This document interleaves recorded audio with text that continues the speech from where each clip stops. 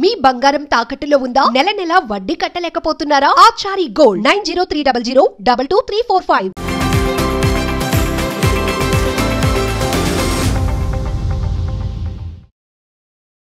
నమస్తే, welcome to Magna TV. నేను Aditya. IPL 2025లో ఆర్సీబీ వర్సెస్ పంజాబ్ కింగ్స్ మధ్యటువంటి ఫైనల్ మ్యాచ్ ఎంత ఉత్కంఠంగా జరిగిందో మనం అందరం చూసాం. ఫైనల్గా పంజాబ్ కింగ్స్పై ఆర్సీబీ 6 పరుగుల తేడాతో విజయాన్ని సొంతం చేసుకొని కప్ని కూడా సొంతం చేసుకున్న విషయం మనందరికీ తెలిసిందే. ఇకపోతే ఆర్సీబీ విన్నింగ్ తర్వాత జరిగినటువంటి ఒక బాధాకరమైనటువంటి విషయం కూడా మనందరికీ తెలిసిందే. సో ఆర్సీబీ విన్నింగ్ని, ఆ విక్టరీ ఏదైతే ఉందో ఆ పరేడ్ని నిన్న బెంగళూరులో చిన్నస్వామి స్టేడియంలో ఘనంగా జరుపుకోవాలని ప్లేయర్స్ అంతా కూడా బెంగళూరు చేరుకోవడం జరిగింది. బట్ అనూహ్యంగా తొక్కిస్లాట్లో 11 మంది చనిపోవడం జరిగింది. దాదాపుగా 33 నుంచి 50 మంది వరకు కూడా తీవ్రంగా గాయపడినట్టు తెలుస్తుంది. వారిలో కూడా ఇంకా చాలామంది పరిస్థితి విషమంగా ఉందన్నట్టుగా వైద్యులు కూడా వెల్లడించినటువంటి విషయాలు ప్రతిదీ కూడా మన సోషల్ మీడియా వేదికగా చూస్తున్నాం.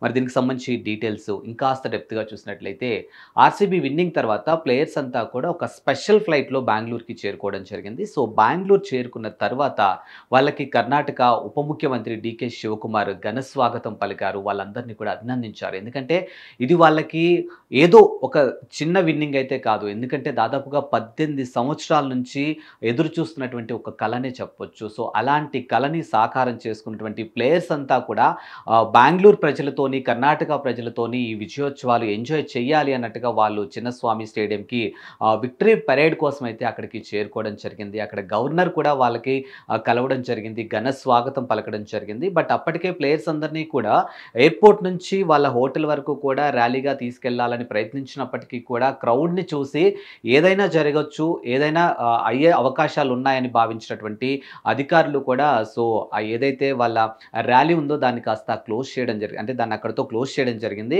సైలెంట్గా వాళ్ళని హోటల్కి పంపించడం జరిగింది. ఆఫ్టర్ దట్ హోటల్ నుంచి కూడా వాళ్ళు చిన్నస్వామి స్టేడియంకి కూడా వాళ్ళ వెహికల్లో వాళ్ళు చాలా కామ్గా రావడం జరిగింది. బట్ ఓవరాల్గా చూసుకుంటే మాత్రం చిన్నస్వామి స్టేడియం యొక్క కెపాసిటీ మాత్రానికి కేవలం 35,000 మాత్రమే. బట్ ప్లేయర్స్ని చూడడానికి బెంగళూరు నలుమూలల నుంచి కూడా ఫ్యాన్స్ అంతా రావడం, అంటే దాదాపుగా 1,00,000 నుంచి 2,00,000 మంది వచ్చినట్టుగా పోలీస్ అధికారులు అంచనా వేస్తూ ఉన్నారు. అంటే 35,000 కెపాసిటీ ఉన్నటువంటి ఒక స్టేడియంలోకి 1,00,000 నుంచి 2,00,000 వరకు ప్రజలు లోపలికి వెళ్తే అక్కడ పరిస్థితులు ఏ విధంగా ఉంటాయో ఒక్కసారి ఆలోచిస్తే మనకు కూడా అర్థమవుతుంది. ఎందుకంటే అక్కడ ఎలాంటి పరిస్థితులు ఉన్నాయో కూడా చాలా స్పష్టంగా తెలుస్తుంది. ఎందుకంటే స్టేడియంకి 4 వైపుల నుంచి కూడా ప్రజలు గట్టిగా పోటెత్తడం జరిగింది. అక్కడ ఉన్నటువంటి వెహికల్స్ కానీ, మెట్రో కానీ, ఇలా ప్రతిదీ కూడా చాలా రష్గా కనిపించింది. అండ్ చుట్టుపక్కల ఉన్నటువంటి భవనాల విషయంలో కానీ, చెట్లపై నుంచి కానీ, వెహికల్స్ పై నుంచి కూడా ప్రజలందరూ కూడా తమ ఇష్టమైనటువంటి ప్లేయర్స్ అందరినీ చూసేందుకు కూడా ఎక్కువగా అక్కడికి పోటెత్తినటువంటి తరుణంలో ఒక్కసారిగా, అంటే ఓవరాల్గా చూసుకుంటే మాత్రానికి ఆ చిన్నస్వామి స్టేడియం లోపలికి వెళ్ళడానికి కేవలం ఒకటే దారి మాత్రమే ఉంది అన్నట్టుగా తెలుస్తుంది. ఆ దారిలో నుంచి ప్లేయర్స్ లోపల మాట్లాడుతున్నప్పుడు ఖచ్చితంగా తాము అభిమానించే క్రికెట్ ప్లేయర్స్ అంతా లోపల ఏం మాట్లాడతారు అన్న ఒక ఆసక్తితోని అంతా కూడా ఒకేసారి లోపలికి వెళ్ళే ప్రయత్నం చేశారు. సో పోలీసులు కూడా వాళ్ళని అదుపు చేసే సందర్భాలు కూడా అక్కడ లేవు అన్నట్టుగా తెలుస్తుంది. ఎందుకంటే కెపాసిటీ దాదాపుగా 35,000 అనేది చాలా క్లియర్గా తెలుస్తుంది. అలాంటిది అక్కడ పోలీసులు కూడా మహా అయితే ఒక 200 నుంచి 300, కాకపోతే 500 మంది పోలీసులు ఉన్నప్పటికీ కూడా 1,00,000 నుంచి 2,00,000 మంది పీపుల్స్ని కంట్రోల్ చేయడం అంటే ఇట్స్ ఇంపాసిబుల్ అనేది మాత్రం చాలా స్పష్టంగా తెలుస్తుంది. సో ఇలాంటి తరుణంలో జరిగినటువంటి ఘటన అనేది నిజంగా చాలా బాధాకరమైన విషయం అనేది మనకి క్లియర్గా అర్థమవుతుంది. ఎందుకంటే 11 మంది ప్రాణాలు ఫ్యాన్స్, అంటే వాళ్ళ అభిమానించే క్రికెటర్ని చూడడానికి వచ్చేసి తొక్కిస్లాట్లో వాళ్ళ ప్రాణాలు కోల్పోయారనంటే ఈరోజు వాళ్ళ కుటుంబాల పరిస్థితి ఏంటి, అసలు వాళ్ళ పరిస్థితి ఏంటి, వాళ్ళ ఫ్యామిలీ స్టేటస్ ఏంటి, ఇవన్నీ ఆలోచిస్తే మాత్రానికి నిజంగా చాలా బాధాకరం అని చెప్పొచ్చు.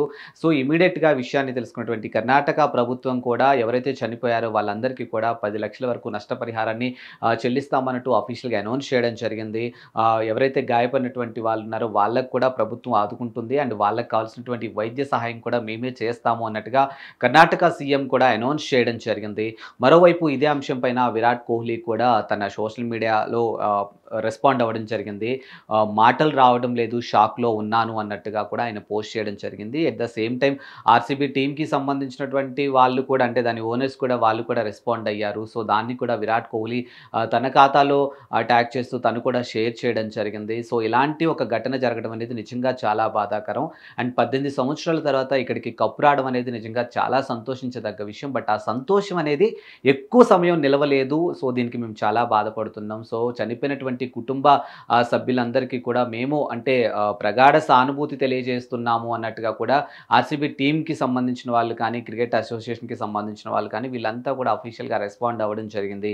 మరోవైపు సచిన్ టెండూల్కర్ కూడా ఈ విషయం పైన రెస్పాండ్ అవ్వడం జరిగింది. సో, జరిగిన విషయానికి చాలా బాధాకరమైన విషయం.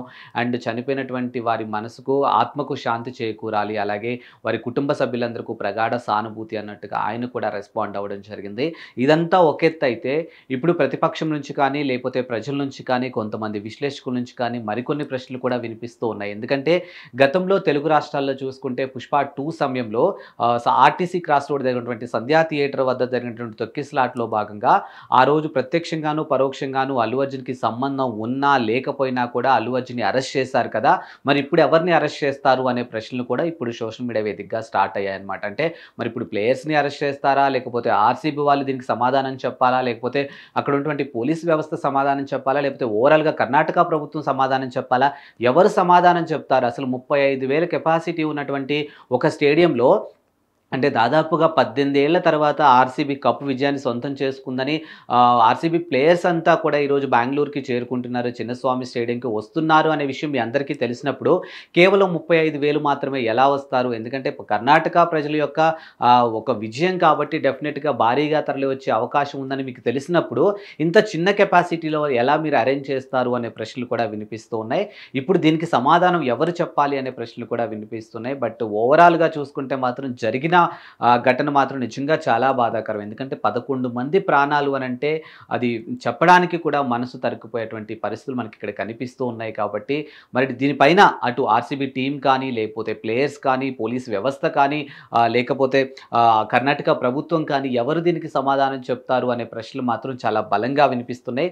మరి దీనిపైన నెక్స్ట్ అసలు ఏ విధంగా వెళ్ళబోతుంది? ఎందుకంటే ఇప్పటికే మెజిస్ట్రేట్ ముందు దీనికి సంబంధించినటువంటి అంశంలో భాగంగా దానికి సంబంధించినటువంటి దర్యాప్తు కూడా జరుగుతున్నట్టు తెలుస్తుంది. ఇంకోవైపు కర్ణాటక సీఎం కూడా నాకు 15 రోజుల్లో ఏం జరిగింది, ఎలా జరిగింది, ఎందుకు జరిగింది, అసలు ఆర్‌సీబీ ప్లేయర్స్ ఏ టైంకి వచ్చారు, ఫ్యాన్స్ అంతా లోపలికి ఏ టైంకి వెళ్ళారు, ఇలాంటి ఎన్నో అంశాల మీద అయితే నాకు క్లారిటీ కావాలి. సో 15 రోజుల్లో ఖచ్చితంగా నాకు నివేదిక ఇవ్వాలన్నట్టు ఆయన కూడా అఫీషియల్‌గా అనౌన్స్ చేయడం జరిగింది. మరోవైపు ఈ ఘటన జరుగుతున్నప్పుడు కూడా లోపల ఆర్‌సీబీ కెప్టెన్ అయినటువంటి రజత్ పాటిల్ కానీ, విరాట్ కోహ్లీ కానీ మాట్లాడుతున్నటువంటి అంశాలు ఉన్నాయి అనేది కూడా కొన్ని బయటకు వచ్చింది. బట్ ఇది ఏదైతే ఒక తొక్కిసలాట జరిగిందని తెలుసుకున్నటువంటి లోపల ప్లేయర్స్ ఇమీడియట్‌గా ఆ ప్రోగ్రామ్‌ని అక్కడితో ఎండ్ చేశారు. అండ్ అక్కడ ఉన్నటువంటి అధికారుల సమక్షంలో వాళ్ళ సూచనల మేరకే ప్లేయర్స్ అంతా కూడా తిరిగి హోటల్‌కి వెళ్ళిపోయారు అనేది మాత్రానికి ఒకటి తెలుస్తుంది. చూద్దాం మరి అసలు రానున్న రోజుల్లో అసలు ఈ అంశం ఏ విధంగా ముందుకెళ్తుంది? మరి 'పుష్ప 2' తరహాలాగా ఇది కూడా నెక్స్ట్ అసలు ఎలా ఉండబోతుంది? అంటే పోలీస్ వ్యవస్థ, ప్రభుత్వం దీని మీద ఏ రకంగా ముందుకెళ్ళబోతుంది ఏంటనేది ఇంకా క్లారిటీ లేదు.